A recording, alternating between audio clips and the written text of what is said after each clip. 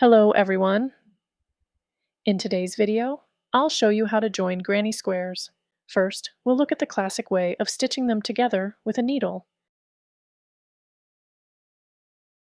But if sewing isn't your thing, I'll also demonstrate how you can crochet them together instead. It's very simple, and I personally love this method. You don't need to look around for a needle. You already have the crochet hook right in your hand. I'll show you the differences between both methods.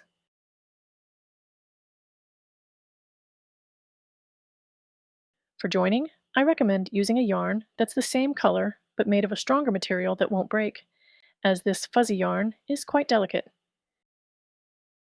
I can actually tear it by hand, so it would be a shame if the pattern came apart. Decide which method you prefer. Keep in mind that with fuzzy yarn, if you decide you don't like your stitching, it's hard to undo because the fibers tend to tangle.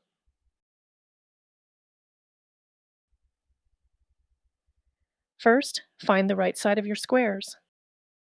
The wrong has a more zigzag pattern, while the right looks straighter and more orderly. Arrange both pieces with the right sides facing each other so the backs are facing outward.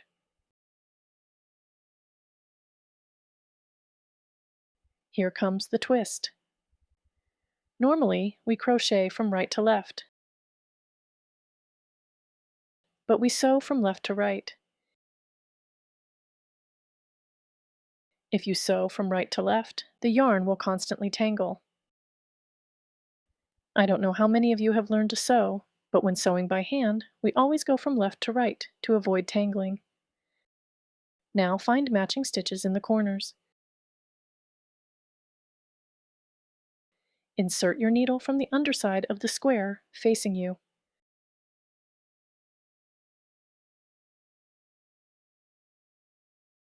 On the opposite side, if you look from above, you'll see both loops. Find the same corner stitch on the other piece. Insert the needle from the top and pull it back. Pull the yarn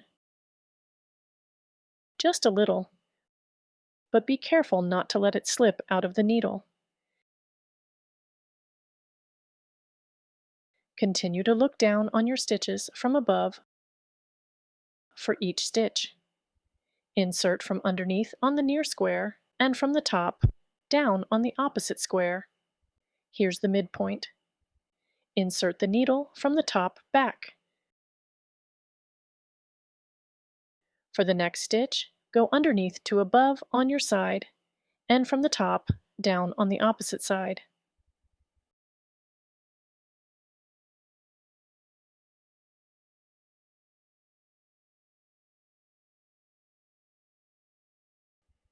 You don't need to pull it too tight right now. You can tighten it at the end.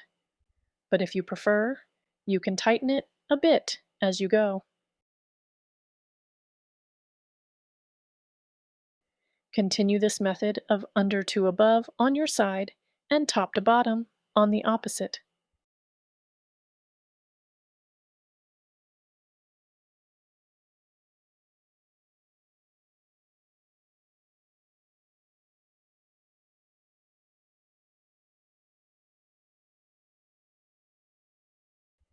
And you can use your other hand to keep the yarn from jumping into your way.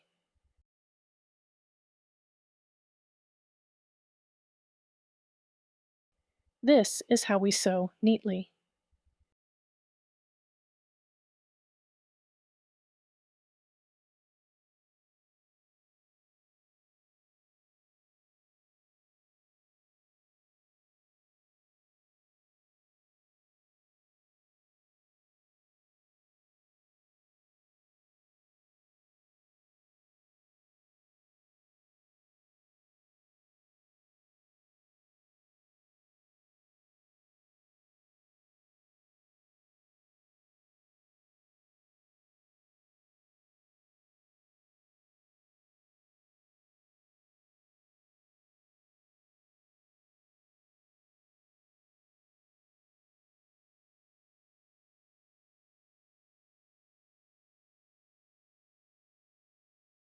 When using the matching color yarn, the seam won't be noticeable at all, as it blends right in with the other stitches. That's it.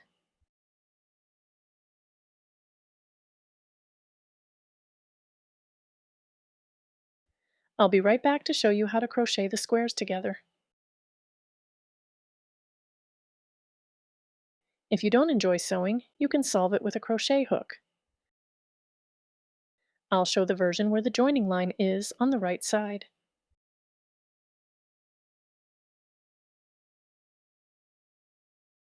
So make sure the right sides are facing out. Join the two corners with matching colored yarn.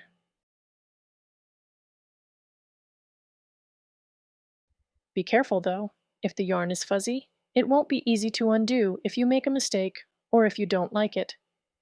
I suggest finding a similar color yarn in a different texture, something that's not as fuzzy.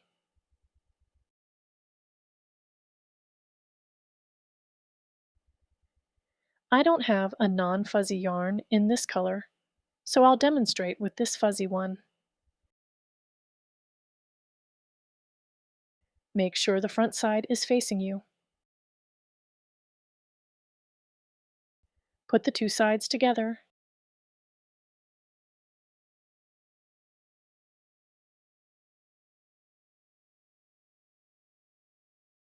And it doesn't matter how you start. Just pick up the yarn and find the same corner stitches on both squares.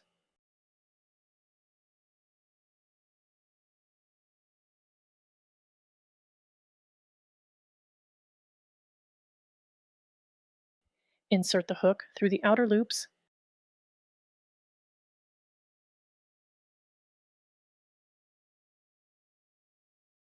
Pull up the yarn and make a slip stitch.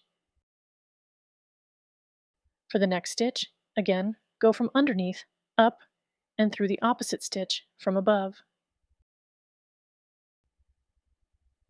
Slip stitch, from below up, and from the top down.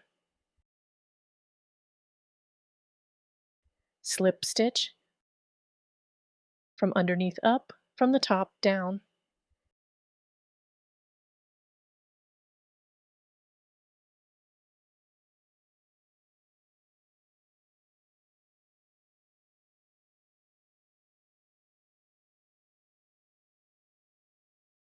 So we continue underneath to above, top to bottom, underneath to above, top to bottom, and slip stitch.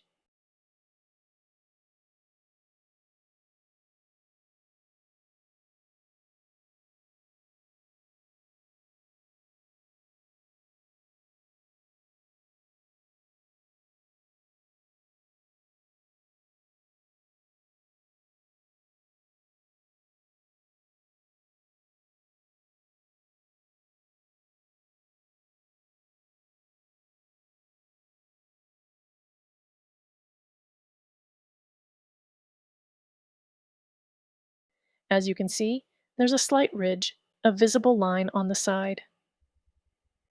It's not very noticeable, and I don't think it's unattractive.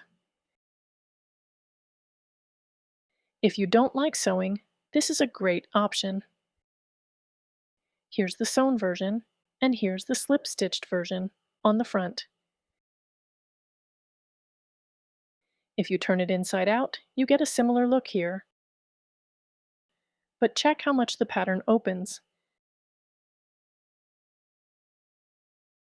Thank you for watching, and see you next time.